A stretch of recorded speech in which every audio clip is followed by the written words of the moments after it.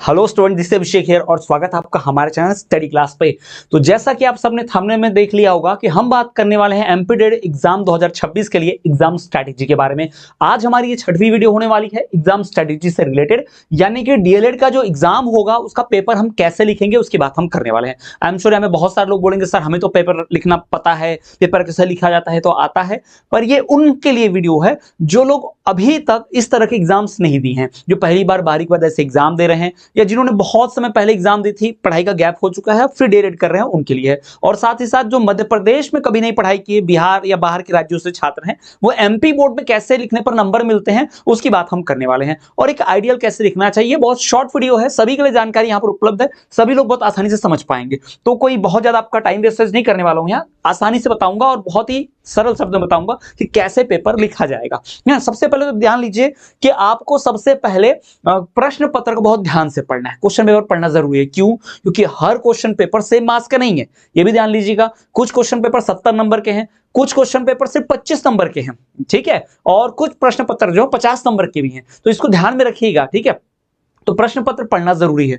अब प्रश्न पत्र पढ़ने से मतलब ये है सिर्फ अंकों से नहीं, वैसे तो हर पेपर चाहे 25 नंबर का हो चाहे 70 नंबर का हो, 3 घंटे मिलेंगे सॉल्व करने के लिए। लेकिन जरा एक बात बताइए मुझे, अगर कोई प्रश्न पत्र 25 नंबर का है और कोई 70 नंबर का है, तो 70 नंबर का है और 3 घंटे मिल रहे हैं तो ढेर सारा लिखना है, और 25 नंबर का है और 3 घंटे मिल रहे हैं तो क्या कम लिखना होगा? नहीं, तब भी 3 घंटे मिल रहे हैं तो तब भी उतना ही लिखना होगा। तो इसीलिए हमें शब्द सीमा पर ध्यान देना है, वर्ड लिमिट पर ध्यान देना है, ठीक है। और कैसे वर्ड लिमिट मैनेज करनी है, कितने अंकों के लिए क्या, ये सब पे बहुत ध्यान रखना होता है। इसलिए प्रश्न पत्र में साफ साफ दिशा निर्देश लिखे होते हैं कि प्रश्न क्रमांक 1 से प्रश्न क्रमांक 4 जो है वस्तुनिष्ठ प्रश्न उत्तर है, तो उनके जवाब आपको एक उत्तर, एक वाक्य, एक शब्द में देने हैं, ठीक है। प्रत्येक प्रश्न 1 अंक का है। फिर उसके बाद आपको आएगा 2 अंकों वाले प्रश्न रहेंगे ना। प्रश्न क्रमांक 2 मान लेते 5 से लेकर 8 तक 2 नंबर के प्रश्न है, तो प्रत्येक प्रश्न का उत्तर आपको 30 से 45 शब्दों में लिखना है, ऐसा लिखा होता है। तो आपको पहले मार्क्स देखने हैं, जो भी दिशा निर्देश क्वेश्चन पेपर में स्टार्टिंग फ्रंट पेज पे दिए रहते हैं, तो जो भी दिशा निर्देश यानी कि जो भी वहां पर इंस्ट्रक्शंस दिए होंगे उनको ध्यान से पढ़ना है, सबसे जरूरी है, ठीक है। क्योंकि कई बार ऐसा होता है कि हम छोटी छोटी जानकारी मिस कर जाते हैं। फिर ध्यान रखना दूसरा कि शब्द सीमा और समय का बहुत ध्यान रखना है। होता क्यों है, ये शब्द सीमा क्यों बता रहा हूं अभी, आप बोलोगे सब शब्द सीमा और समय का ध्यान रखने का मतलब क्या है, अब भी थोड़ी देर में क्लियर कर दूंगा। जिन्हें भी लगता है ना कि ये तो मेरे काम का नहीं है भाई, अब भी क्लियर हो जाएगा, 5 मिनट बस रुक जाओ, दिखाता हूं, बताता हूं आपको कैसे हमसे गलती होती है परीक्षा में, ठीक है। तो ये 2 चीज आप जरूर ध्यान रखना, सबसे पहले इंस्ट्रक्शन पढ़ लेना, दिशा निर्देश पढ़ लेना, और उसके बाद फिर आप शब्द सीमा और समय का ध्यान रखना पेपर में, ठीक है। चलिए तो अब बात कर लेते हैं कैसे।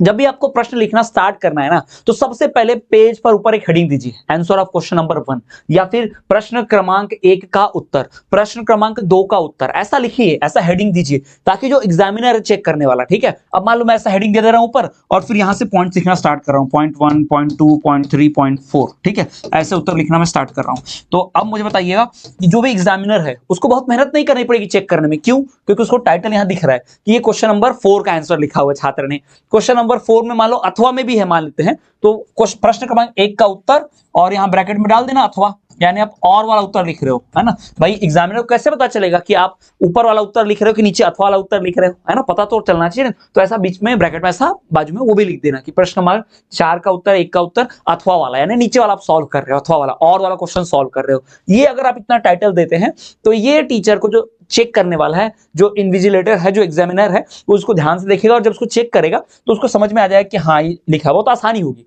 क्योंकि जितना आसानी होगी उसको चेक करने में, उतने ही कम नंबर वो आपके काटेगा। क्योंकि टीचर जब चेक करता है ना, फ्रस्ट्रेट हो जाता है।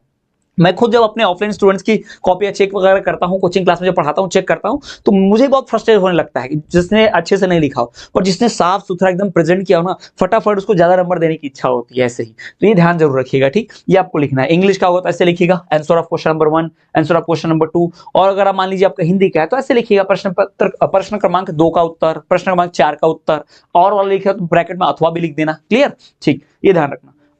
अब मैं आपको बता दूं कि आपको ध्यान क्या रखना है। अक्सर क्या होता है कि हमें मिलते हैं 3 घंटे, हमें मिलते हैं कितने, 3 घंटे का भाई हमारा जो रहता है पेपर रहता है, ठीक है। तो हमें मिलते हैं 3 घंटे, और हम करते क्या है कि शुरू में स्टार्टिंग में हम क्या करते हैं, धीरे लिखते हैं, बहुत धीरे लिखते हैं ना, स्टार्टिंग में धीरे लिखते हैं। तो धीरे लिखने से क्या होता है, हमारा बहुत सारा टाइम वेस्ट हो जाता है। धीरे लिखते हैं तो बहुत सारा टाइम वेस्ट हो जाएगा, क्योंकि बाद में जो दीर्घ उत्तरीय प्रश्न होते हैं ना, दीर्घ उत्तरीय के लिए फिर समय कम मिलता है।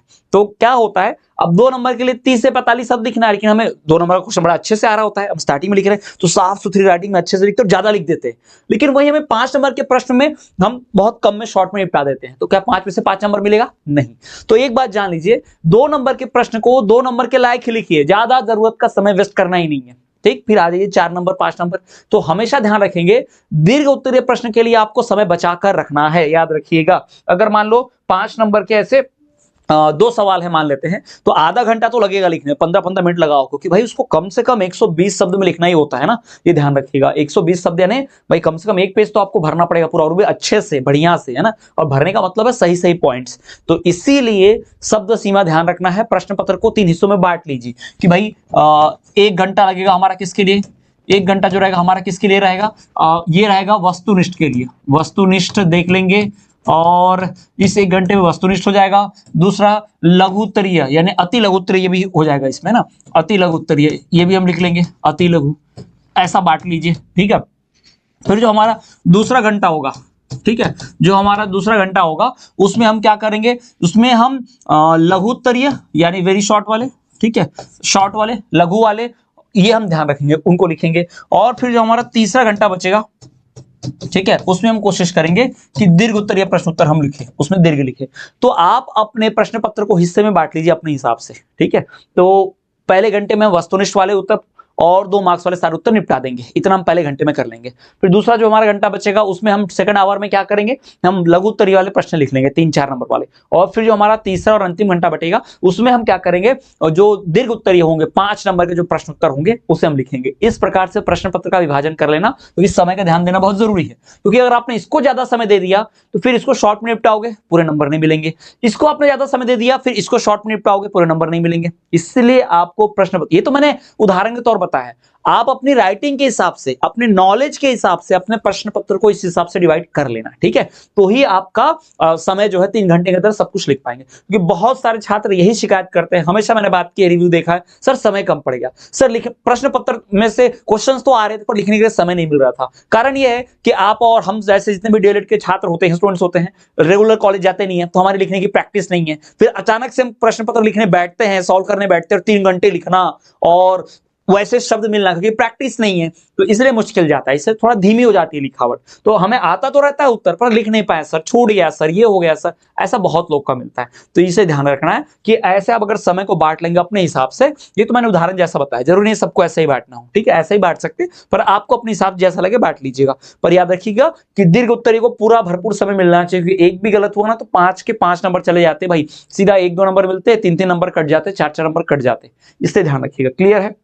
ठीक, तो ये मैं आपको बताना चाहता था, इसको जरूर ध्यान में रखेंगे, इसी हिसाब से आप लिखेंगे, ठीक है। तो ये तो हमारी स्ट्रेटेजी थी कि पेपर लिखना है कैसे, एक्चुअल में पेपर कैसे लिखा जाता है, ठीक। और मैं थोड़ा सा आपको बता दूं, अगर थोड़ा सा और कुछ चीजें बताऊं, जैसे थोड़ा और देख लो, और क्या बता देता हूं आपको, कि जैसे हमें ऑब्जेक्टिव क्वेश्चन आते हैं ना, तो सबसे पहले प्रथम पुष्ट पर, ठीक है, प्रथम पुष्ट पर आपको ध्यान रखना है कि वस्तुनिष्ठ ही लिखने हैं, चाहे जो हो जाए, आप वस्तुनिष्ठ से ही लिखेंगे, ठीक है। आप कभी भी दीर्घ उत्तरीय नहीं चालू करेंगे, हमेशा लघु उत्तरीय नहीं चालू करेंगे, हमेशा प्रथम पोस्ट पर पहले पेज पर आपको वस्तुनिष्ठ से ही शुरू करना है, ठीक है। यानी सारे ऑब्जेक्टिव लिख लो, खाली स्थान, रिक्त स्थान और मल्टीपल चॉइस क्वेश्चन, बहुविकल्पीय प्रश्न वाले सारे लिख लो।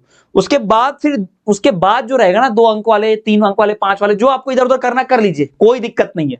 लेकिन वस्तुनिष्ठ स्टार्टिंग से लिखने, भले आपको नहीं आ रहे तो वहां पर प्रश्न पत्र वो नंबर डाल के उत्तर के लिए जगह छोड़ दो, आगे बढ़ जाओ। लेकिन याद रखना वस्तुनिष्ठ सबसे पहले होना ही चाहिए प्रश्न पत्र में।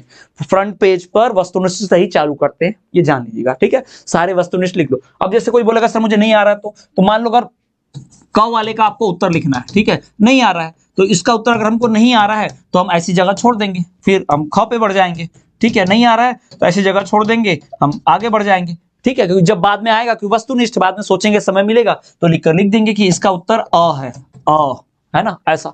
तो याद रखिएगा वस्तुनिष्ठ पहले प्रथम पुष्प पर ही लिखना है, चाहे जो हो जाए।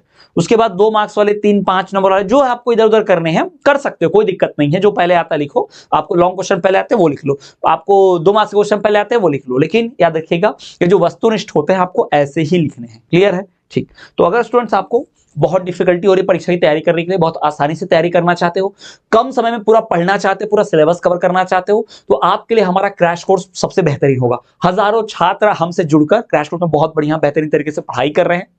आपको इसमें बहुत सारा कंटेंट मिलता है, मैराथन लेक्चर से लेके हैंड रिटन नोट से लेके शॉर्ट वीडियो लेक्चर से लेके उसमें आपको detail notes, short notes, exclusive video lecture सब कुछ मिल जाता है, एमसीक्यूज, पीवाईक्यूज सब मिलता है। तो आप जरूर कैश को परचेस करें, इससे आपकी 100% तैयारी होगा। हजारों छात्र हमसे जुड़े हैं।